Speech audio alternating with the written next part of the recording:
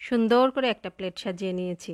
কী ভাবছেন আপনারা, বাসায় কোনো মেহমান এসেছে বা স্পেশাল কারোর জন্য এই প্লেটটি সাজানো হয়েছে? আসলে তা না, প্লেটটি সাজানো হয়েছে আমার নিজের জন্য। আসসালামু আলাইকুম, কেমন আছেন সবাই? আশা করছি ভালো আছেন।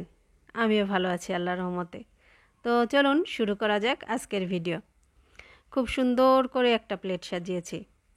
বাংলায় একটা প্রবাদ আছে, আগে দর্শনধারী তারপর গুণ বিচারী। আসলে একটা খাবার, সেটা যতটাই সাধারণ হোক না কেন, যদি এটাকে সাজিয়ে গুছিয়ে খুব সুন্দর করে পরিবেশন করেন, তাহলে কিন্তু খেতে যেমন ভালো লাগে, বিশেষ করে এটা দেখার সাথে সাথেই আপনার অর্ধেক মনটা ভরে যাবে। মনে হবে যে পেট অর্ধেক ভরে গেছে এই সুন্দর একটা পরিবেশনা দেখে।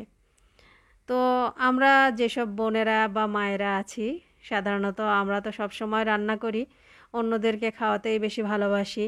অন্যের জন্য কত সুন্দর করে পরিপাটি করে একটা প্লেট রেডি করি, অথচ নিজেরা দেখা যায় বল বাটি, গামলা, তারপর হচ্ছে হাঁড়ি কড়াই যা পাই একটাতে খেয়ে ফেলি। নিজের জন্য আর বিশেষ কোনো কিছু করি না। তো আজকে এরকম সুন্দর করে নিজের জন্য একটা প্লেট সাজিয়েছি। নিজের যেন একটা রাজকীয় ভাব লাগে, মনে হয় যেন বেশ একটা আয়েশি ভাব। তো সবার জন্যই তো সব সময় করি, মাঝে মাঝে নিজেকে ট্রিট দেই। তো আপনাদেরকে বলছি, আপনারা কিন্তু মাঝে মাঝে এরকম করবেন, নিজেকে একটু ট্রিট দিবেন। আপনার জন্য আর কে এইভাবে থালা সুন্দর করে সাজিয়ে দিবে? আমরা তো দেখা যায় স্বামী সন্তান সবার জন্য সুন্দর করে সাজিয়ে দিই, আমাদেরকে আর কে দিবে? সেই জন্য নিজেই নিজের জন্য সাজিয়ে নেবেন। কেন যে কোনো কিছুতে খাবেন, সুন্দর একটা কাচের প্লেট নেবেন, তারপর সুন্দর করে এইভাবে সাজিয়ে গুছিয়ে নিজের জন্য নিয়ে বসবেন, দেখবেন যে বেশ ভালো লাগছে খেতে। তো আজকে আমি রান্না করেছিলাম দেশি মুরগি, একেবারে চামড়া সহ এই দেশি মুরগিটা খেতে তো আমার বাসার সবাই খুব পছন্দ করে, আর এটি আমারও খুব পছন্দের একটি খাবার।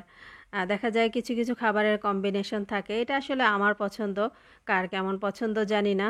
আমি যখন দেশি মুরগি রান্না করি, আপনাদের ভাইয়া প্রায় বাজার থেকে দেশি মুরগি নিয়ে আসে, আর বিশেষ করে বড় মুরগিটা একটু চামড়া সহ নেই, এটা খেতে খুবই ভালো লাগে। একটু দেশি মুরগি রান্না করলে তো একটু পোলাও করতে হবে, যেমন দেশি মুরগি পোলাও বা হাঁসের সাথে পোলাও। তারপরে যখন দেখা যায় যে গরুর মাংস ভুনা করি বা আলু দিয়ে রান্না বা খাসির রেজালা করি, এটার সাথে আবার সাদা ভাতটা খেতে ভালো লাগে। আসলে এক একজনের পছন্দ এক এক রকম। তো আজকে রান্না করেছিলাম দেশি মুরগি পোলাও, আর সাথে কাবাব ছিল, আর এর সাথে শসা, পেঁয়াজ আর কাঁচামরিচ কুচি করে একটা সালাদ তৈরি করা হয়েছে। তো নিজেই নিজেকে ট্রিট দিলাম, বেশ ভালোই লাগছিল খেতে। আপনারা বলুন কেমন লাগছে এই সাজানো একটা প্লেট দেখতে?